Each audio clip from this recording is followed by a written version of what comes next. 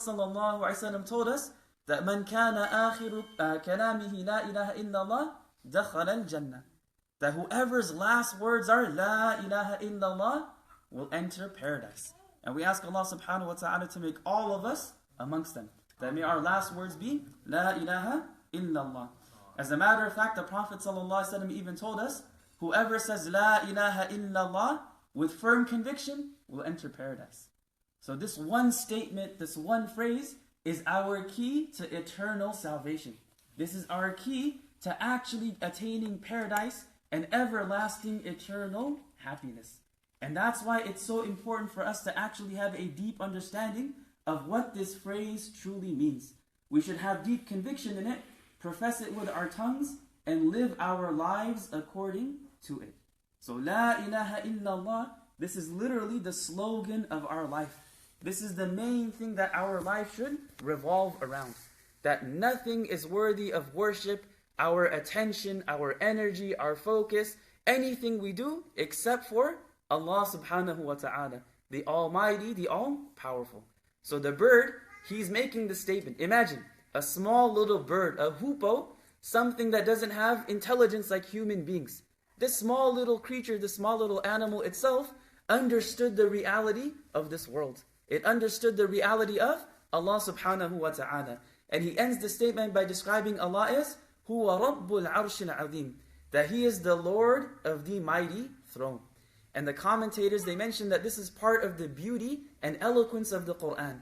That the Queen of Sheba, Bilqis, she was also described as having a magnificent throne. Right? The hoopoe, the bird, it says, وَلَهَا عَرُشٌ عَظِيمٌ, that she has a mighty throne. And now here the bird is saying, هُوَ رَبُّ الْعَرْشِ الْعَظِيمِ, that Allah subhanahu wa ta'ala, He is the Lord of the mighty, magnificent throne. So Allah subhanahu wa ta'ala's throne, there's nothing similar to it in all of creation. Allah's kingdom, sovereignty, might, power, authority, they are unlimited. Whereas Bilqis, this queen, her kingdom and authority are limited and finite. So now Sulaiman alayhi salam, the Prophet Solomon, he's listening to the bird giving this explanation with a lot of care and a lot of patience. He doesn't make a hasty or rushed decision. And this is also from the qualities of great leadership. And it is highly encouraged by the Prophet ﷺ that whenever something important is about to happen, or whenever we need to make an important decision, we should take our time. We should be patient, we should be deliberate, we should think it out, think about the pros and cons, think about the consequences, and then make the decision. As the Prophet ﷺ told us, Al-anatu min Allah, that patient deliberation, careful thought is from Allah. Wal-ajalatu min ash-shaytan, and being hasty and making a rush judgment, it comes from Satan. So the Prophet Solomon, Sulaiman alayhi salam, he is exemplifying this quality. That he's not making a rush decision, he's listening to what the bird is saying, and then after he listens and he sees what's going to happen, he will make his final decision. So Sulaiman alayhi salam, he actually responds by saying, قَالَ سَنَنْظُرْ أَصَدَقْتَ أَمْ كُنْتَ مِنَ الْكَاذِبِينَ. He said, we shall see whether you have told the truth or if you are among the liars. Meaning, you've told me all of this amazing information. You've told me about this queen. You told me about her nation, that they were worshipping the sun, that she had this magnificent throne. Now it's my turn to investigate and find out if what you're saying is actually true. So let's wait. Let's see if what you're saying is true or if you are going to be among the liars. So again, Sulaiman alayhi salam, he's being very careful, deliberate, and patient. He's not making a hasty or rushed decision. And he listened to the hoopoe's excuse, and then he said, we'll see if you're telling the truth regarding the Queen of Sheba and her people, or if you're lying. And then he tells the bird the following, اذهب بكتابي هذا, go with this letter of mine, فألق إليهم, and deliver it to them. ثم تولى عنهم, then turn away from them, فانظر ماذا يرجعون, and observe what they send back. So what we learn, in between, if we read between the lines, is that Sulaiman alayhi salam, in response, he has a letter written to the Queen of Sheba. So he wrote a letter to the Queen and her people, inviting them towards belief in Allah, inviting them towards Islam, inviting them towards La ilaha illallah. And again, this is the central message of every single prophet and messenger, that has come throughout history. And he tells the hoopoe, he tells this bird that deliver this letter to her, leave, and then wait and see how she responds. So this is where the scene of this story comes to an end. In the next verse, we are going to be in the court of the Queen of Sheba after she has already received the letter. And she's consulting her advisors, her ministers. What should she do? Right? What should her response be? How should she respond to the letter? So now in the next verse, in verse 29, we are transported into the court of the Queen of Sheba. And she says, قالت يا أيها الملأ إني ألقي إلي كتاب كريم. That, O notables, O my ministers, truly a noble letter has been delivered to me. إنه من سليمان. It is from Sulaiman. وَإِنَّهُ بِسْمِ اللَّهِ الرَّحْمَنِ الرَّحِيمِ. And it reads, in the name of Allah, the most merciful, the very merciful. So again, we are now in the court of the Queen of Sheba, whose name is narrated as Bilqis. And she's consulting with her advisors regarding this noble letter. So she herself, she refers to the letter of Sulaiman alayhi salam as Kitabun Karimun, a noble letter. So she refers to the letter as being noble, either because of its seal, meaning she knew it was from the king Sulaiman, or because its contents were good and noble. So historically speaking, in the Arabic language, whenever a letter had an official seal on it, it was called Kitabun Karim. It was referred to as a noble letter. And the Prophet ﷺ, he also mentioned something similar. He said the nobility of a letter is its seal, meaning that's what makes it official. Right? You can get an envelope from some random person, but if it has a proper seal on it, you know that it's something official, it's something important. And we also learn from the seerah that the Prophet ﷺ, he would place an official seal on the letters that he had sent to the powerful leaders of his time. So after migrating from Mecca to Medina, when the Muslims were gaining strength in both numbers and power and authority, the Prophet ﷺ, he sent these letters inviting the major world leaders of his time towards Islam. And when he would send these letters, he learned that these kings and these emperors, they would not accept anything unless it had an official seal on it. So the Prophet ﷺ then had a ring made. And on this ring he had the seal which said what? Muhammad, Rasul, Allah. The Muhammad, the messenger of God. And he would seal his letters with that particular ring. So Sheba, the queen, she tells her advisors about the contents of the letter itself. So literally verse 30 and 31, these are the actual contents of the letter that Sulaiman a.s. sent to the Queen of Sheba. That innahu min Sulaiman. Truly it is from Sulaiman. Wa innahu bismillahir rahmanir rahim. And truly it is in the name of Allah, the most merciful, the very merciful. Allah ta'alu alayya.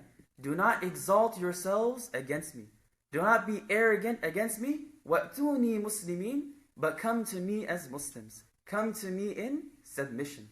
So she first tells her notables and advisors that the letter is from the mighty and powerful king Solomon, Sulaiman a.s. So the first thing she's doing is she's identifying the sender, who exactly this letter is from. And this gives us this slight indication that Sulaiman a.s. must have been known during his time. And how could he not be known? Because he was a very powerful, a very mighty king with this enormous army.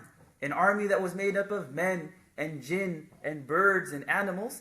And he had this unique ability to communicate with them. So he was well known, right? In the world of that time, Sulaiman a.s. was well known. And she then tells her advisors the contents of the letter. And what the letter stated, it was very clear, it was very simple, yet it was very powerful. So it began with the name of God, the most merciful, the very merciful. And it made one single demand, that the queen and her people must not take a hostile or belligerent attitude towards its sender. Rather, they should go to him declaring their submission to God, in whose name he addressed them. So from this verse, or from these two verses, we learn that the letter actually had three things in it. The letter simply had three items or three things that were discussed.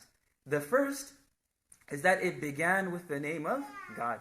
Bismillahir Rahmanir Rahim. In the name of Allah, or with the name of Allah, the most merciful, the very merciful. So this phrase in the Arabic language for simplicity, it's referred to as the basmala. Right? In Arabic, when you say the basmala, it's referring to the phrase Bismillahir Rahmanir Rahim.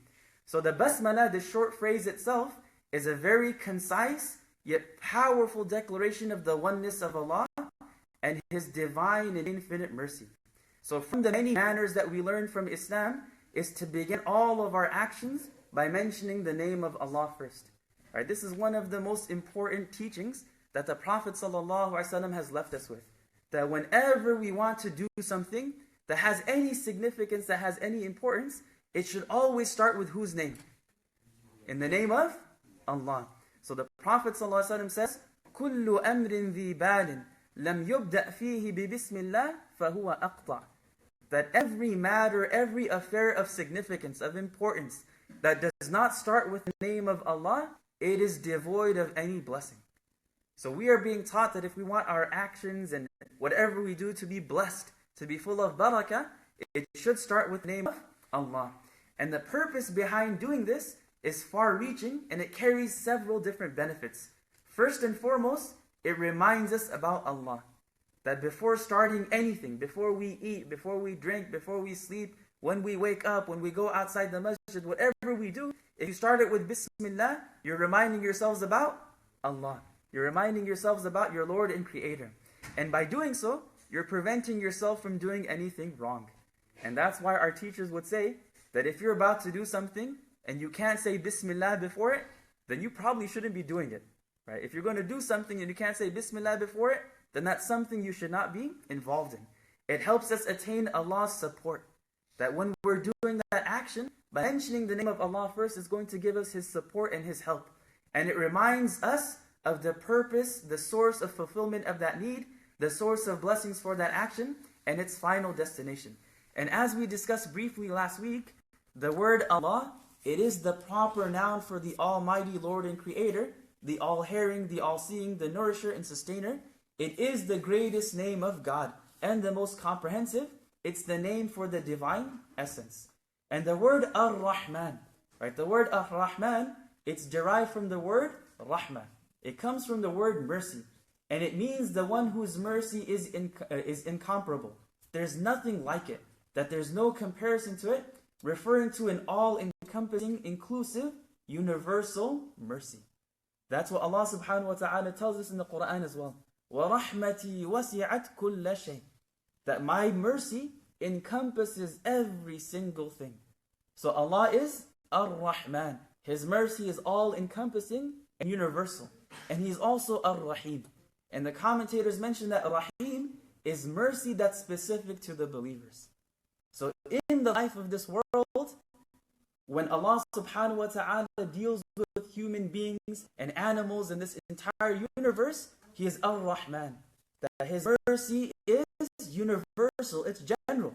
Every single creature in this universe is enjoying some part of the mercy of God.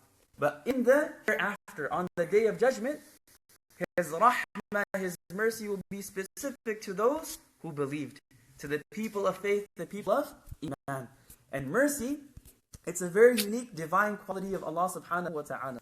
So oftentimes when we think of mercy, we think of human mercy, which is limited, it's finite, it's something that's expressed through kindness and generosity and care and compassion. But the mercy of God is something completely and totally different. It is infinite. It has no bounds. It has no boundaries. So for example, the Prophet ﷺ told us that جَعَلَ اللَّهُ الرَّحْمَةَ مِئَةَ جُزْءٍ. That Allah subhanahu wa ta'ala has made mercy into 100 parts. فَأَمْسَكَ عِنْدَهُ تِسْعَةً وَتِسْعِينَ. And He has retained with Him 99 parts. وَأَنزَلَ فِي الْأَرْضِ جُزْءًا وَاحِدًا. And He only sent one part of mercy down to this earth. فَمِنْ ذَلِكَ الْجُزْء يَتَرَاحُمُ الْخَلَائِقِ. From that one part of mercy, creatures deal with one another with compassion. So much so that animals lift their hooves over their young so they don't hurt it. So meaning every act of kindness and generosity and love and compassion, caring that we see in this world, it's only from that one part of mercy of Allah subhanahu wa ta'ala. Right? Another narration says that the Prophet ﷺ says, Allah has 100 mercies, out of which He has sent down only one for jinn, mankind, animals, and insects, through which they love one another and have compassion for one another. And through it, wild animals care for their young, and Allah has retained 99 mercies to deal kindly with His slaves on the day of resurrection. So for us as believers, those 99 other parts of mercy are reserved for us in the life to come. And we ask Allah subhanahu wa ta'ala to shower us with His mercy. Alright, so when we say Bismillahir Rahmanir Rahim, the meaning is that we are beginning whatever action we're doing by mentioning the name of God, remembering Him and glorifying Him before doing anything.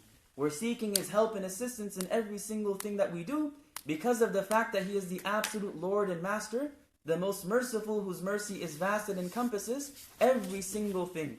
The one who bestows the greatest blessings as well as the final blessings.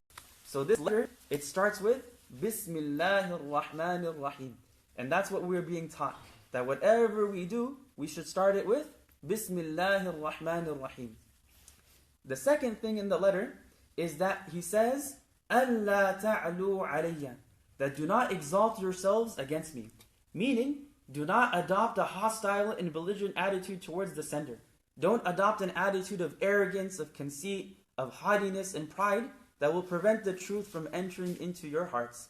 And as we've covered a few times before, pride and arrogance is one of the most severe and destructive diseases of the heart. It prevents a person from accepting Islam. And that's why after he says, وَأْتُونِي مُسْلِمِينَ, and come to me as Muslims, come to me as people who have submitted to the obedience of God. So this is a good place for us to take a break and stop. That we have now read the contents of the letter of Sulaiman alayhi salam, and there are many blessings and there's many lessons that we can learn from this particular letter. Right? One of them being is that communication is a very important, a very critical skill, especially in terms of social behavior and social interactions. That as human beings, we are social beings, and one of the most important aspects of our relationships is communication. So through Islam and through the Quran, we are taught the proper etiquettes, the proper manners of communication. And one of them is that before starting anything, start with the name of Allah. This will put barakah, this will put blessings in whatever you're doing. The second is identify yourself. That when you call someone and they don't have your number saved, the first thing you should tell them is what? Hey, this is Farhan. Hey, this is Abdullah. Hey, this is whoever. Right? You identify who you are. And another thing we learn from this is that you should actually respond to people's letters. Right? When people send you something, when people call you, when people text you, you should respond. As a matter of fact, some people consider it to be mandatory to respond to people's messages. But here, there's several different lessons that can be highlighted from this particular lesson of Sulaiman alayhi salam, which we will hopefully discuss next week. So we ask Allah subhanahu wa ta'ala, inshallah, to give us the tawfiq and the ability to not only read the Quran, but understand it and learn the lessons and morals and bring those lessons and morals into our daily lives. So we ask Allah subhanahu wa ta'ala to accept this from us and make us people of the Quran. Jazakumullahu khairan. Wassalamu alaikum wa rahmatullah. Stay tuned and stay guided with Guidus TV.